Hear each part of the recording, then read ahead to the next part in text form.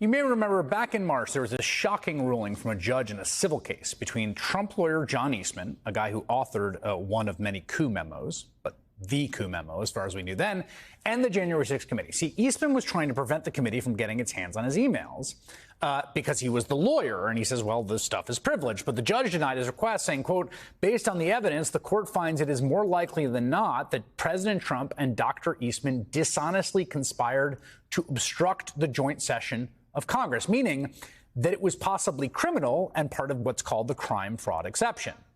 Now, one of the documents in question was a memo prepared by another lawyer for Rudy Giuliani and was forwarded to Eastman. The judge ruled that, quote, it is subject to the crime fraud exception and the court orders it to be disclosed. Now, the crime fraud exception is exactly what it sounds like. You do not get attorney-client privilege for documents that may have been used to commit a crime. So now, thanks to that ruling, we have that document, the crime fraud exception smoking gun. It is yet another memo, a how-to manual to overturn the 2020 election. The document lays out a plan for Mike Pence to halt the certification of Joe Biden's victory on January 6th. But this memo now raises a whole new set of questions, including the role Iowa Republican Senator Chuck Grassley played as president pro tempore of the Senate. Because the scheme laid out in a kind of instructional fashion in the memo would have essentially worked like this. The vice president announces he will not serve as a presiding officer, despite being his role. Then, as his absence, quote, the president pro tempore acts as the president of the Senate, regardless of whether it's Chuck Grassley or another senior Republican. George Conway is a prominent conservative lawyer and former Republican. Back in March, in response to the ruling that resulted in the release of this new memo, he wrote an opinion piece in the Washington Post titled, "A Federal Judge Said Trump Probably Committed a Crime. The Department of Justice Can't Ignore That," and he joins me now.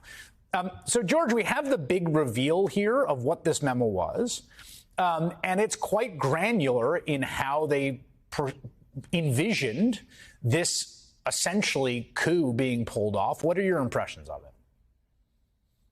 Absolutely. I mean, the judge was absolutely right to order it released under the crime fraud exception. It was an attempt to completely overturn the election and to refuse to apply the Electoral Count Act, which governs under the 12th Amendment, governs the counting of the electoral votes by Congress, not by the vice president. And there's even a sentence in the a phrase or a lead into a paragraph in the memo that says, any of the outcomes sketched above seems preferable to allowing the Electoral Count Act to operate by its terms. They're basically saying, do anything but allow the law to operate the way it literally says, which is that Congress. So this was, absolutely an attempt to undermine. It was an attempt to obstruct an official proceeding under 28 U.S.C.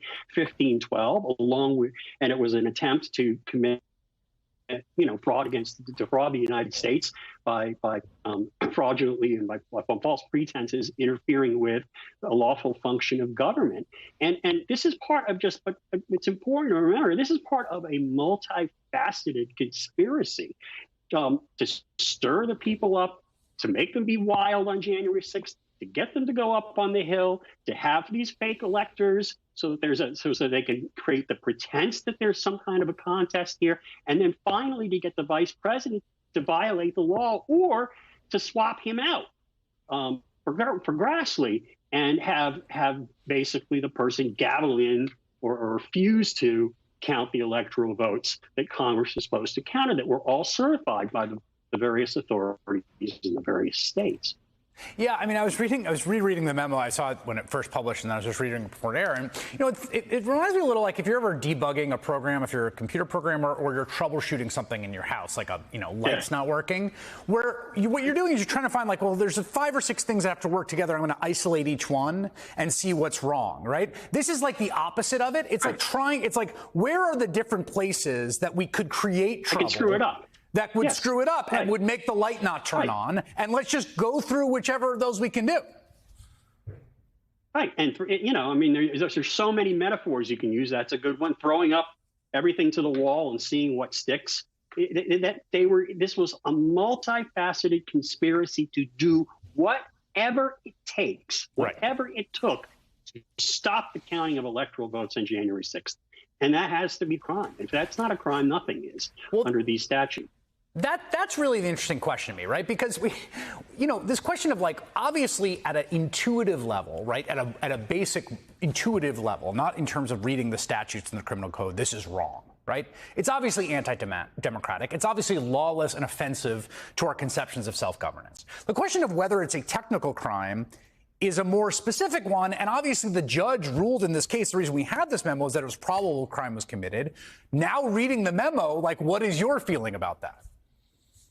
Yeah, I mean, it becomes more probable with each piece of evidence. And what I hope the January 6th committee will do, and I expect it will do, is even if it has nothing else than what has already been revealed, to go through all those strands and explain how, in various corrupt and deceitful ways, people conspired and attempted, led by Donald Trump, to obstruct this proceeding of Congress and to stop a lawful function of government, the counting of the electoral votes. And if under Section 371 of the conspiracy to defraud statute, people went to jail 100 years ago for lying to people about whether they had to sign up for selective service in World War I. I mean, right. This is just so much more significant than that. I mean, just trying to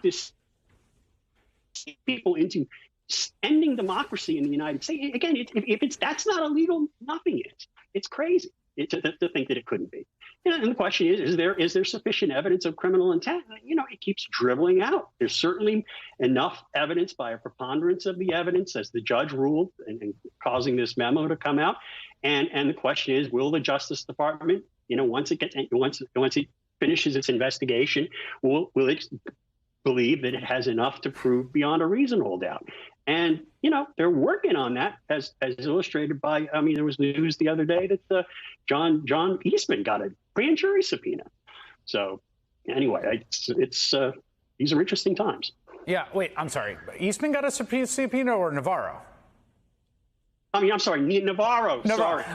Right, no, that's fine. I just wanted to make sure. No, I know. I just wanted to make sure there wasn't huge news. You were breaking huge news on our program. Yes, Peter Navarro. You're right. Oh my God, it would be great news. Sorry. Peter Navarro did get that subpoena, which is there's a grand jury that is looking into criminal exposure here, and that's very clear. George Conway, as always, thank you so much. Appreciate it.